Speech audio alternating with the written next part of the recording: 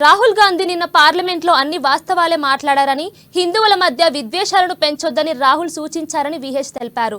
న్యాయం గురించి మాట్లాడిన రాహుల్ ఎందుకు క్షమాపణ చెప్పాలని విహెచ్ ప్రశ్నించారు. ఇక బీజేపీ ఓటమి అంచుల నుంచి బయటపడిందని, ఇప్పుడు మోడీ ప్రభుత్వం మెజార్టీ ఉందని ఇష్టం వచ్చినట్లు మాట్లాడితే సహించేది లేదని హెచ్చరించారు.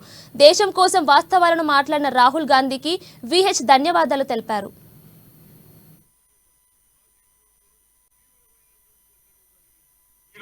ఏజ్లు ఉన్నటువంటి పిల్లలను స్కూల్ కు వస్తుంటే బస్సు లేక స్కూటర్ మీద ఎక్కించుకొని ముగ్గురు అమ్మాయిలను రేప్ చేయడం మర్డర్ జరిగినది. హిస్టారికల్ అది. కానీ అప్పుడు ఉన్నటువంటి ఏదైతే రాచకొండ కమిషనర్ ఉన్నాడో మహేష్ భాగవత్ చాలా సీరియస్ గా తీసుకొని నేను 7 సార్లు పోయినా దాని మీద శ్రీనివాస్ రెడ్డి మీద నల్గొండలో కేసు నడిచింది.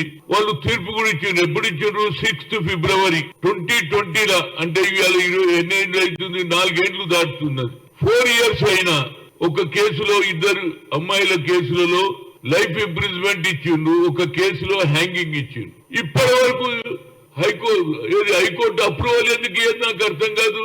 మీరు కొత్త లాలు తెస్తున్నారు పర్వాలే.